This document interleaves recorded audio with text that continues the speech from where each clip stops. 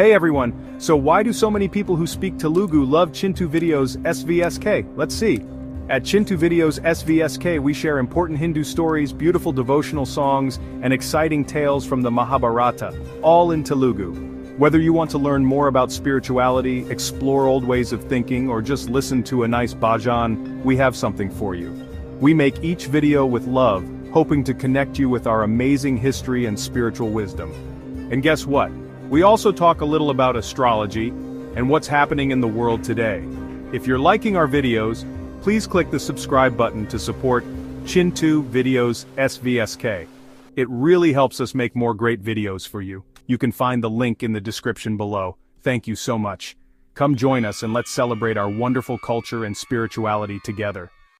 అధ్యాయము 18 ఎప్పుడూ బ్రహ్మభావంలోనే మునిగిన ఒక బ్రాహ్మణుడు గాణాపురంలో నివసించేవాడు. అతను నిరంతరం భిక్షాటన ద్వారా జీవనాన్ని కొనసాగించేవాడు. ఎవరైనా భోజనానికి పిలిచినా వెళ్లేవాడు కాదు.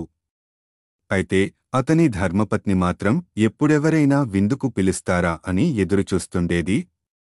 ఆ గ్రామంలో ధనిక గుహస్థులు అధికంగా ఉండడంతో ప్రతిరోజూ ఎవరో ఒకరు బ్రాహ్మణ సమారాధన చేసి బ్రాహ్మణులకు తృప్తిగా భోజనం పెట్టేవారు. ఆమె నిత్యం సమర్పణకు వెళ్లి తృప్తిగా తిని భర్తను దక్షిణ తెమ్ము అని వేధించేది. కాని నిజమైన బ్రాహ్మత్వం కలిగిన వారికి పరుల ఇంట భోజనం నిషిద్ధం. అలా చేస్తే వారి పుణ్యం తగ్గిపోతుంది. అందుకే సద్గృహస్థులు పరాన్న భుక్తిని వర్ణించలేదు.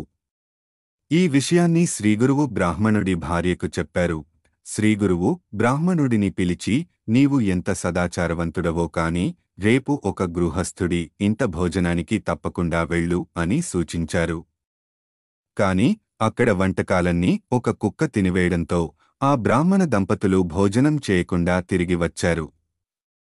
శ్రీగురువు వారిని చూసి, మీరు మీ స్వధర్మాన్ని నిష్ఠగా పాటిస్తున్నారు అని ప్రశంసించారు. పరాశర మహర్షి ఉపదేశం. నైమిసారణ్యంలో అనేక మంది మహర్షులు ఎప్పుడూ తపస్సు చేయుతుండేవారు. ఒకరోజు పరాశర మహర్షి వారిని దర్శించడానికి వచ్చారు.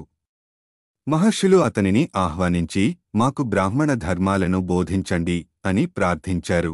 పరాశర మహర్షి ఉపదేశించారు. బ్రాహ్మణులు బ్రాహ్మీ ముహూర్తంలో ఉదయం 4 గంటలకు లేవాలి. శ్రీగురు స్మరణ చేయాలి. త్రిమూర్తులు, నవగ్రహాలు, మహర్షులను హృదయంలో ధ్యానించాలి. కాలకృత్యాలు తీర్చుకొని గాయత్రి జపం చేయాలి. మధ్యాహ్నం స్నానం చేసి సూర్యభగవానునకు అర్ఘ్యం సమర్పించాలి. అనంతరం అతిథులతో కలిసి భుజించాలి. పంచయజ్ఞాలు చేయాలి. 3 సంధ్యా సమయాల్లో సంధ్యావందనం చేయాలి. రాత్రి భోజనానికి ముందు వేద పారాయణం చేయాలి. ఈ విధంగా ధర్మాన్ని పాటించే వారికి ఆయురారోగ్య భాగ్యాలు సిద్ధించి 100 ఏళ్లు జీవించి పూర్ణ పురుషులు అవుతారు. చివరికి బ్రహ్మత్వాన్ని పొందుతారు.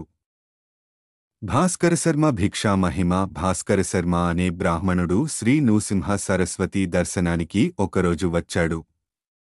అతను చాలా పేదవాడు. ఎంతో కష్టపడి భిక్షాన్నానికి కావలసిన సామగ్రిని తెచ్చాడు. వాటిని ఒకచోట భద్రంగా పెట్టి భోజనానికి వెళ్లిపోయాడు. ఆ ప్రాంతంలో సంపన్నులు ఎక్కువగా ఉండటంతో ప్రతిరోజూ ఎవరో ఒకరు భిక్ష పెట్టేవారు. భాస్కరశర్మ కూడా వారితో కలిసి భోజనం చేసి తిరిగి వచ్చి శ్రీగురుని సేవ చేసేవాడు. ఇలా 3 సార్లు జరిగిన తర్వాత మఠంలోని కొంతమంది భాస్కరశర్మను చూసి, ఇతను కాలక్షేపమే చేయిస్తున్నాడు అని హేళన చేశారు.